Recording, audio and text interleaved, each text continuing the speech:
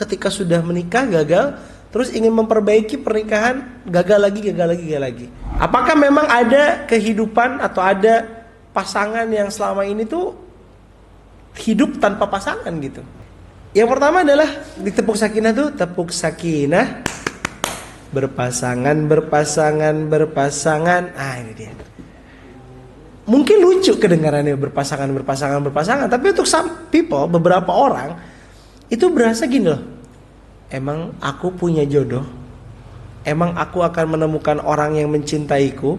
Memang aku akan bisa jalan dan hidup sesuai dengan planning percintaan yang aku mau? Atau memang Allah takdirkan aku tidak punya jodoh di dunia ini?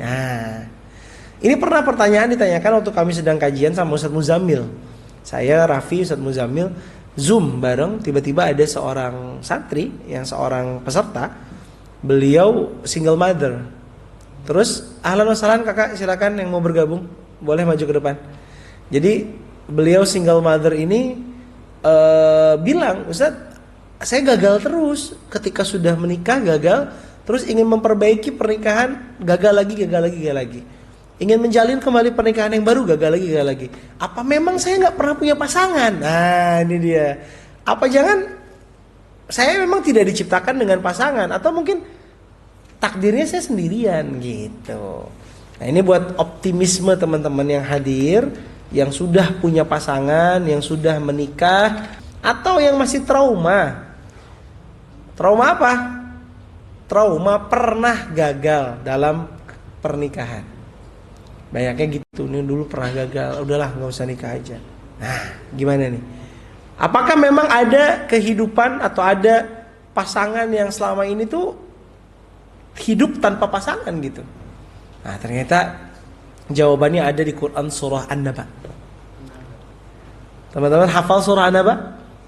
Quran surah An-Naba ke-78, Quran surah An-Naba di awal ayat 30. Di ayat yang terakhir dibaca sama Ustaz Hafdan adalah kata, jadi gini, di amma yatasaalun, Allah sedang menceritakan tentang kebesarannya. Allah sedang menceritakan tentang magnificent-nya Allah. Bagaimana Allah bilang kalla saya'lamun. Apa artinya kalla saya'lamun, Ustaz Hafdan?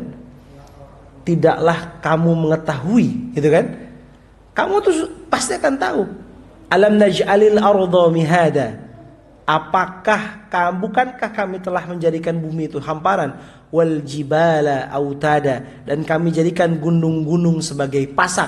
Bayangkan teman-teman, setelah Allah ceritakan kebesarannya, setelah Allah ceritakan bagaimana Allah menjadikan bumi ini hamparan yang luas, menceritakan bagaimana gunung-gunung dijadikan pasak, ayat ke-8 apa bunyinya?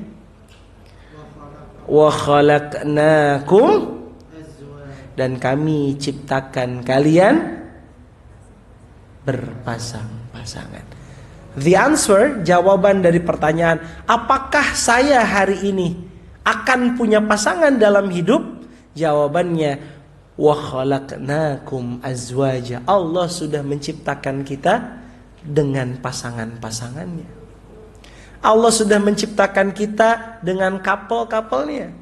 Allah menciptakan semuanya berpasangan, begitupun hidup kita. Bahkan di ayat yang lain teman-teman, di ayat yang lain di Quran surah Rum, ini teman-teman di KUA biasanya sangat familiar dengan ayat ini. Ayatnya walimah, ayatnya akad nikah. Ya, ini ada banyak, ada ayah Abdul Basit dari KUA Bati-Bati. Masya Allah. Ustaz Hafdan boleh dibaca Quran surah Rum ayat 21. Rum, Quran surah 30 ayat 21. Ya.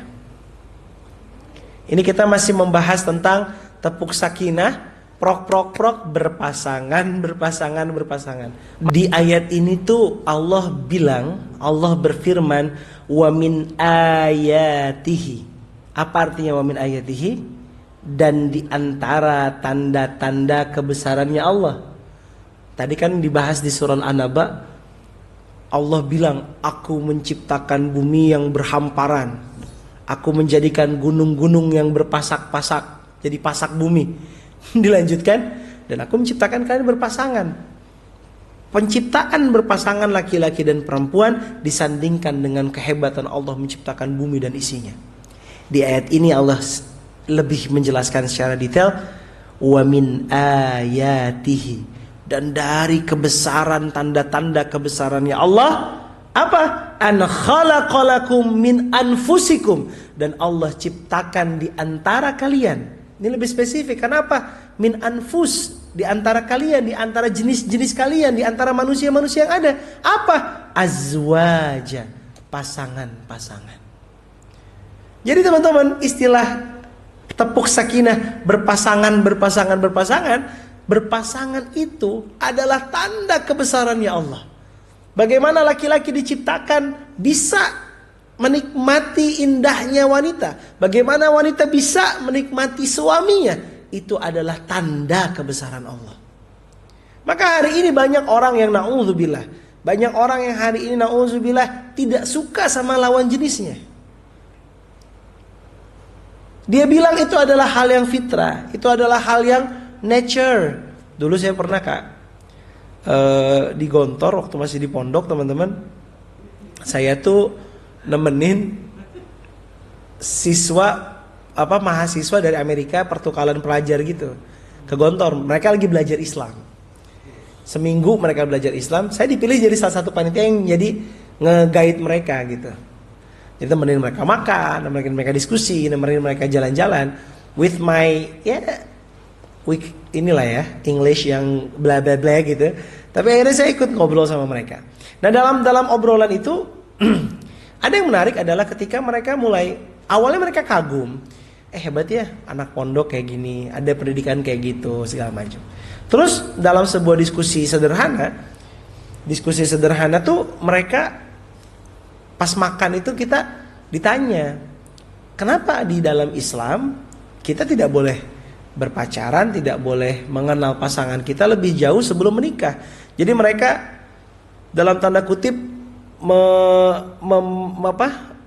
dalam tanda kutip tuh mereka menggugat konsep pernikahan dalam Islam, gitu ya. Terus kenapa digugat? Karena menurut mereka tidak fair. Harusnya menikah itu, kalau di barat kan namanya menikah itu sesudah punya anak, sesudah tinggal bersama, living together. Bahasa kerennya, bahasa kita kumpul kebo, ya kan? Terus habis itu punya anak 1, anak 2, baru mereka tunangan. Udah tunangan baru menikah. Bisa jadi anaknya udah banyak, nggak jadi nikah karena nggak cocok, padahal udah beranak. Oke? Konsepnya itu aneh, dan menurut mereka kita yang aneh. Menurut orang-orang Amerika ketika datang belajar di Gontor ketika itu, konsep kita tuh aneh.